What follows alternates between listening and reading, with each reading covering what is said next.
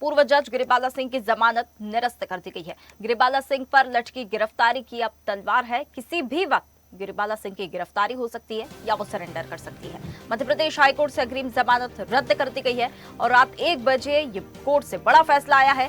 ट्विशा शर्मा मामले में ये बड़ा अपडेट सामने आ रहा है। निचली अदालत ने साक्ष्यों की अनदेखी की थी, ये कोर्ट ने साफ किया। भोपाल कोर्ट से 15 मई को अग्रिम जमानत मिली थी।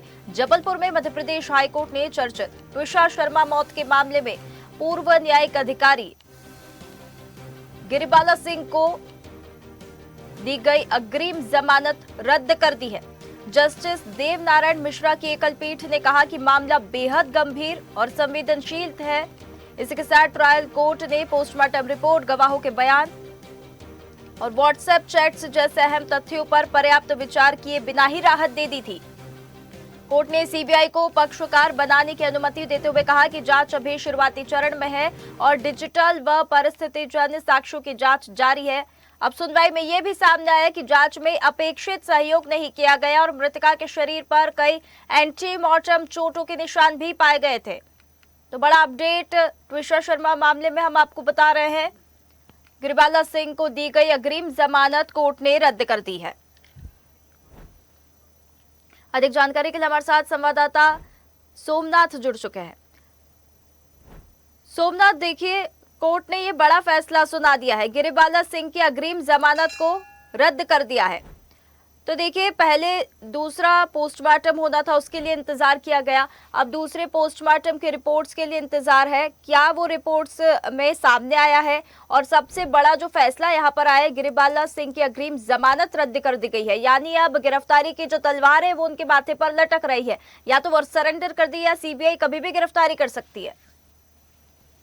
देखिए, महत्वपूर्ण जो कल जो फैसला रात में देर रात 1 बजे के आसपास आया है, उसमें प्रमुख तौर पर देखा गया कि कल जो कोर्ट में सुनवाई थी गिरिबाला सिंह की अग्रिम जमानत को लेकर, 2:30 बजे सुनवाई चली, 6 बजे तक उसमें सभी तर्कों पर बात की गई है। एक एक से छोटे छोटे जो बिंदु थे उन पर भी कोर्ट के संज्ञान में लाया गया है कि जिस तरह ये घटना हुई है उसको लेकर इसकी जमानत जो अग्रिम जमानत है उसको रद्द किया जाए। तो कोर्ट ने फैसला सुरक्षित कर लिया था और फैसला सुरक्षित करने के बाद 5:30 बजे से लेके रात 1 बजे कोर्ट ने ऑर्डर जारी किया और ऑर्डर जारी करने पे उन्हें पूरी बारीकियों से उस ऑर्डर में बताया गया है कि किस को ध्यान में रखकर ये ऑर्डर किया गया है इसमें, क्योंकि प्रमुख तौर पर सवाल उठ रहे थे कि जो जमानत दी गई है निचली अदालत से वो किस तरह दे दी गई है। इसको लेकर कोर्ट ने सुप्रीम कोर्ट का भी हवाला दिया और कई ऐसे हवाले देकर इसकी अग्रिम जमानत गिरिबाला सिंह की जो रद्द कर दी है। अब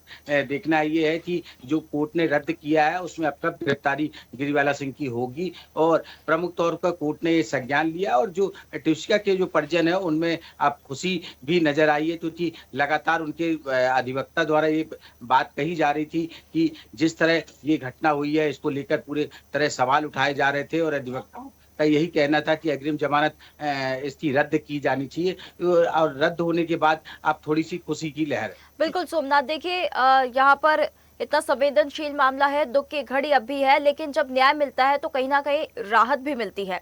समर्थ सिंह को तो गिरफ्तार किया जा चुका है, रिमांड पर सीबीआई को भेज दिया गया है। उनसे पूछताछ में क्या कोई जानकारी सामने आई है और गिरिबाला सिंह की गिरफ्तारी कब होगी ये तो खैर देखने वाली बात होगी, लेकिन जो पोस्टमार्टम में चीजें सामने आई है, ट्विशा के शरीर पर जो चोट के निशान आए हैं उसे लेकर क्या कुछ जानकारी सामने आ रही है? क्योंकि अगर इसके फर्स्ट हाफ से ही हम देखें तो ये आरोप भी लगाए जा रहे थे कि गिरिबाला सिंह जो जांच प्रक्रिया है उसमें बिल्कुल भी कोऑपरेट नहीं कर रही, सहयोग नहीं कर रही है वो।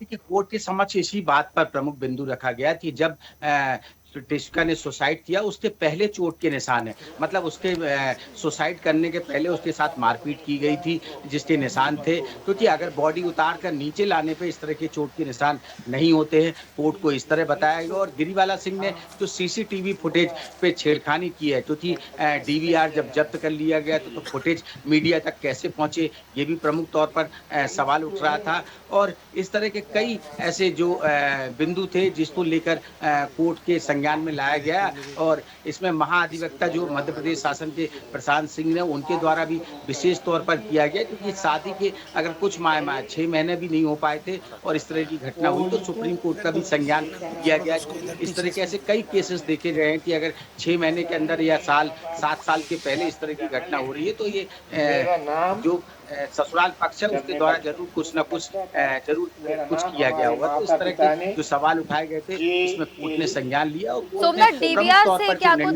जानकारियां सामने आई है, क्योंकि अब लगातार उनके जो फोन है, कॉल रिकॉर्ड से सारी चीजें चेक हो रही है। जी, अब कॉल डिटेल्स भी देखी जाएगी और पूरी तरह के उसकी जांच की जाएगी और सीबीआई प्रमुख तौर पर अब ये देखना है कि गिरफ्तारी के बाद गिरिवाला सिंह के जो बयान लिए जाएंगे, जिस तरह पूछताछ की जाएगी, उसमें अब कई खुलासे हो सकते हैं, क्योंकि उसके बयान जो गिरिवाला सिंह के लगातार बदलते नजर आ रहे हैं। बिल्कुल बिल्कुल सोमनाथ, देखिए देखने वाली बात होगी। अब उनके जो सर पर ये गिरफ्तारी की जो तलवार है वो तो लटक रही है, या तो वे वही घूम फिर कर बात सामने आ रही है कि वो सरेंडर कर दे, या तो फिर गिरफ्तारी उनकी किसी भी वक्त हो सकती है। समर्थ सिंह को तो पहले ही रिमांड पर भेज दिया गया है, अब गिरिवाला सिंह की बारी है। देखते हैं आगे इस पे क्या कुछ होता है। बहुत धन्यवाद आपका हमारे साथ जुड़ने के लिए। ताज़ा खबरों के लिए लाइक, फॉलो और YouTube पर सब्सक्राइब कर बेल आइकन दबाएं। साथ ही हर अपडेट के लिए विजिट करें स्वदेशलाइव.com।